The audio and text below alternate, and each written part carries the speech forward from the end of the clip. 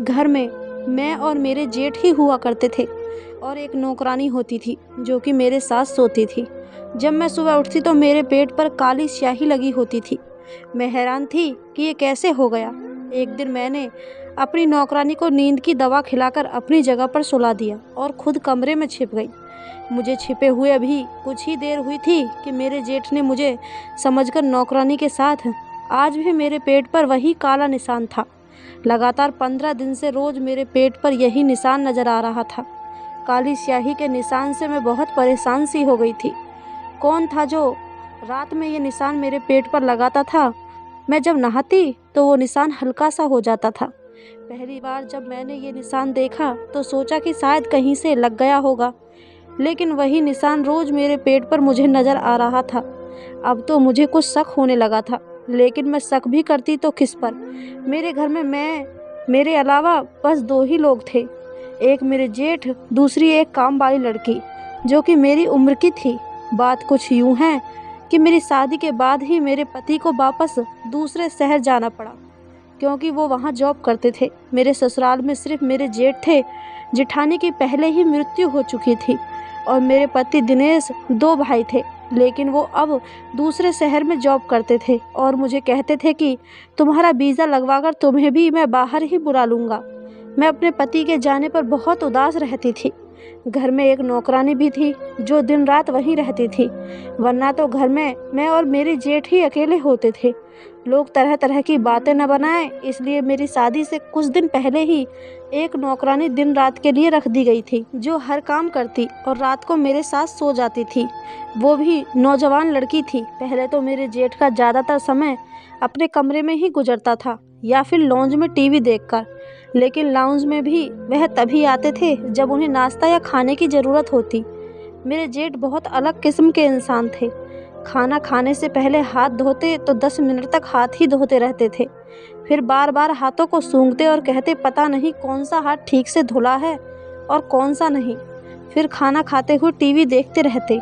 वो बहुत ज़्यादा बात भी नहीं करते थे, बस काम होता तो बुला लेते थे, वरना आवाज़ भी नहीं देते। मैं पूरा दिन उस नौकरानी से घर के काम करवाती और साथ साथ बातें करती रहती थी। शुरू का 1 महीना तो ऐसे ही गुजर गया था। दिनेश से भी मेरी हर 5 मिनट के बाद बात होती थी। मैं हर बार उनसे अपने वीज़ा का ज़रूर पूछती थी, लेकिन वो यही कहते कि कोशिश कर रहा हूँ। जब कभी मैं नौकरानी से अपने जेठ के कमरे की सफाई करने को कहती तो वो नहीं करती। कहती दीदी आप भी मेरे साथ चलें, मुझे साहब से बहुत डर लगता है। बार बार मुझसे कभी बेड की चादर बदलवाते रहते हैं, कभी कहीं झाड़ू लगवाते रहते हैं। कहते हैं कि तुम ठीक से सफाई नहीं करती। मैं नौकरानी की बात पर हंसने लगती और कहती कि वह कुछ बहमी भी हैं। तो कहने लगी नहीं नहीं दीदी, मुझे तो ठरकी लगता है, उनकी नज़रें अच्छी नहीं हैं। क्या आपको पता है, कल मुझे कहने लगे इतनी गर्मी है मेरे कमरे में, मैं नहाने जा रहा हूँ, तुम चाहो तो दुपट्टा उतार कर काम कर लेना। मुझे उसकी ये बात बहुत अजीब सी लगी। उसे तो मैंने ये कहकर टाल दिया कि बेटी समझकर तुम्हारा एहसास कर लिया होगा। वो कहने लगी जाने भी दो दीदी, हमने सारी ज़िंदगी तरह तरह के लोगों के घरों में काम किया है, सबकी नज़रों को अच्छी तरह से जानते हैं। फिर वो किचन में चली गई। मैंने उस बात को भुला दिया, लेकिन अब जो मेरे साथ हो रहा था कुछ अजीबोगरीब सा था। आखिर कौन था जो काला रंग मेरे पेट पर लगाता था और मुझे महसूस भी नहीं होता था। रात को मैं देर तक जागती रहती। मेरी काम करने वाली लड़की मेरे ही कमरे में ज़मीन पर बिस्तर लगाकर सोई थी। रात 2 बजे तक तो मैं जागती रहती, लेकिन फिर मुझे नींद लग गई। पूरा दिन घर के काम करके मैं पूरी रात जाग नहीं पाती। एक बार जब मैं अपने जेठ के कमरे में उन्हें चाय देने गई तो मेरे होश उड़ गए। वो काली सी स्याही को उंगली में लगाए खाली कागज़ पर कुछ आड़ी टेढ़ी लकीरें खींच रहे थे।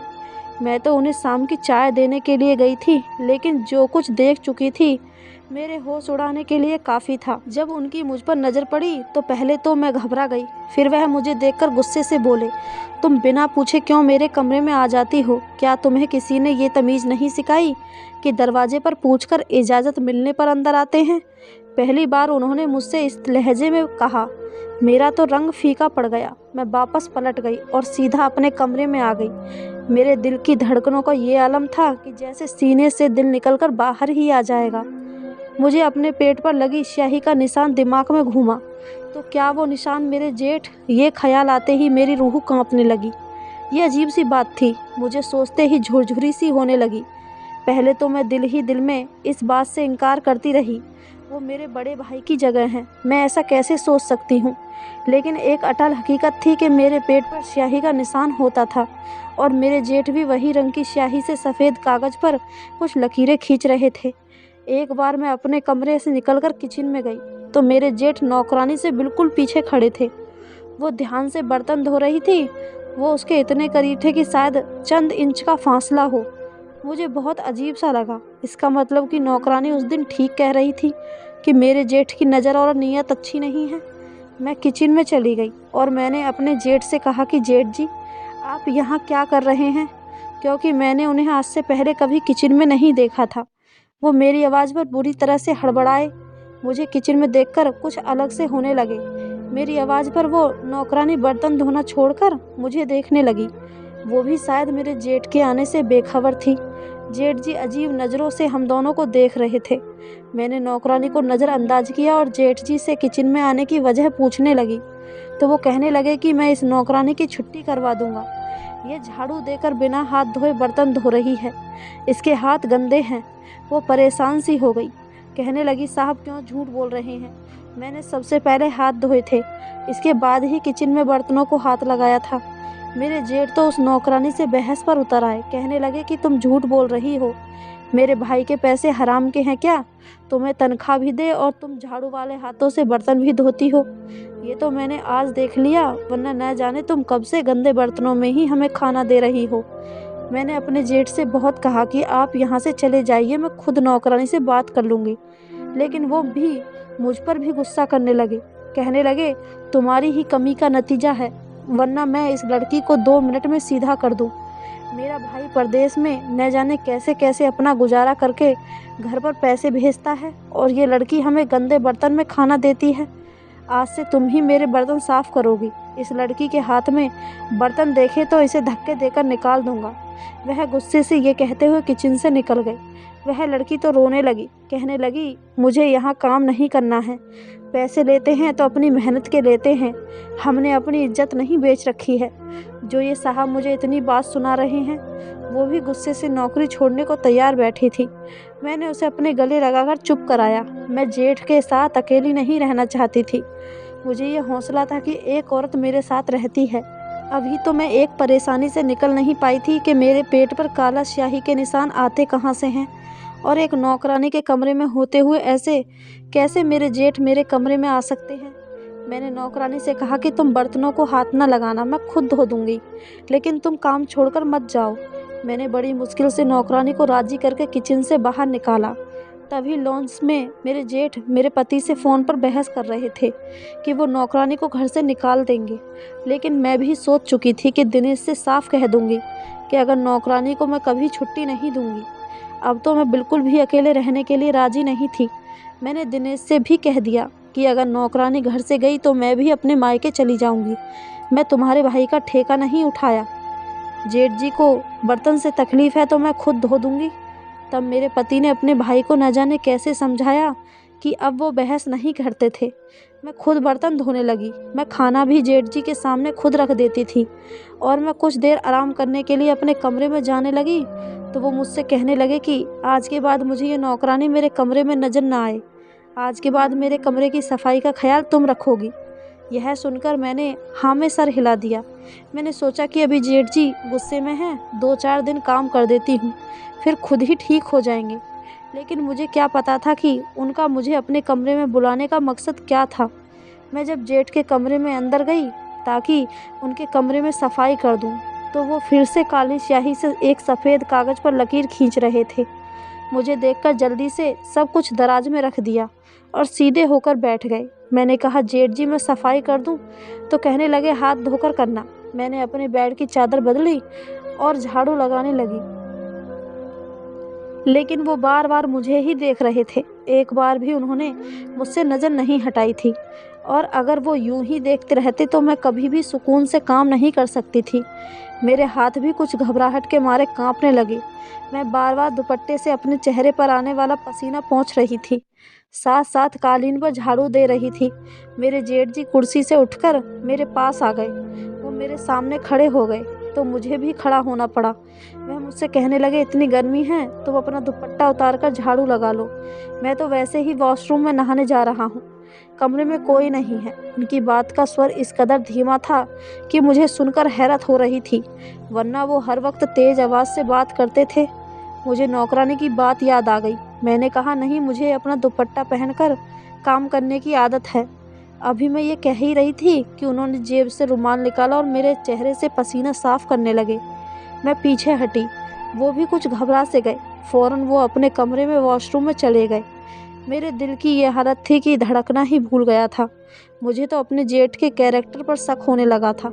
मैंने जल्दी जल्दी उनके कमरे की सफाई की और अपने कमरे से बाहर निकल आई।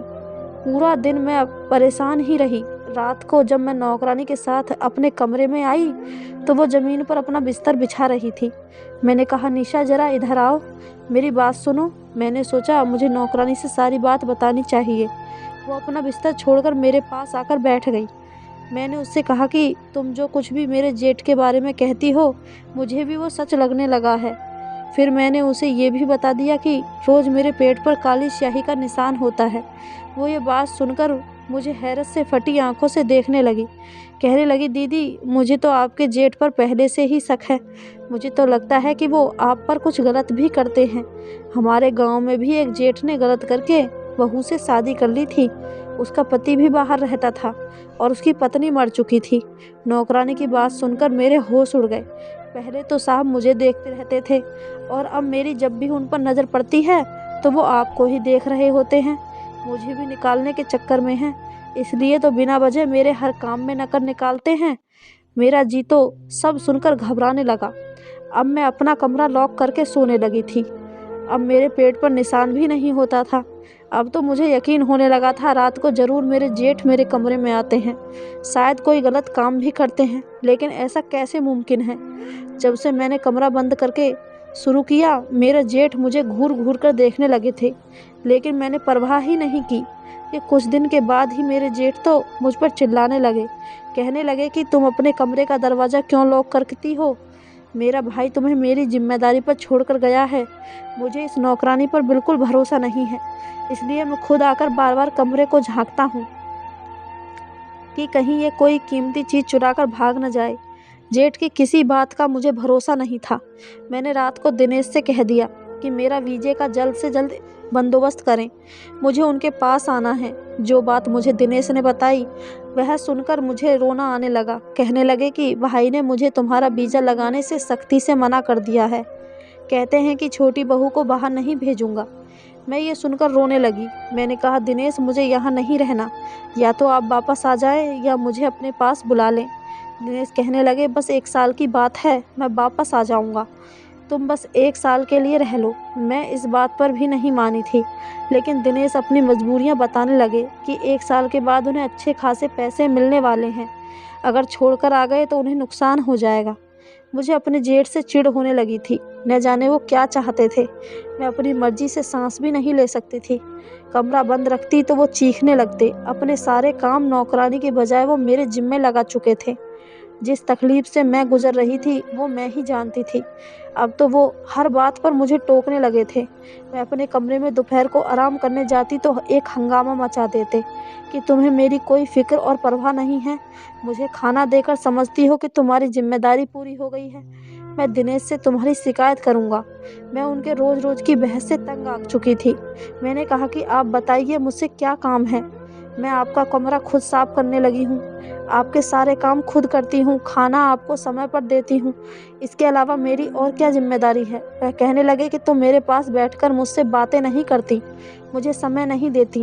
ये काम मेरे लिए बेहद मुश्किल था कि मैं बैठकर उनके साथ बातें करती। भला मैं उनसे क्या बातें कर सकती थी?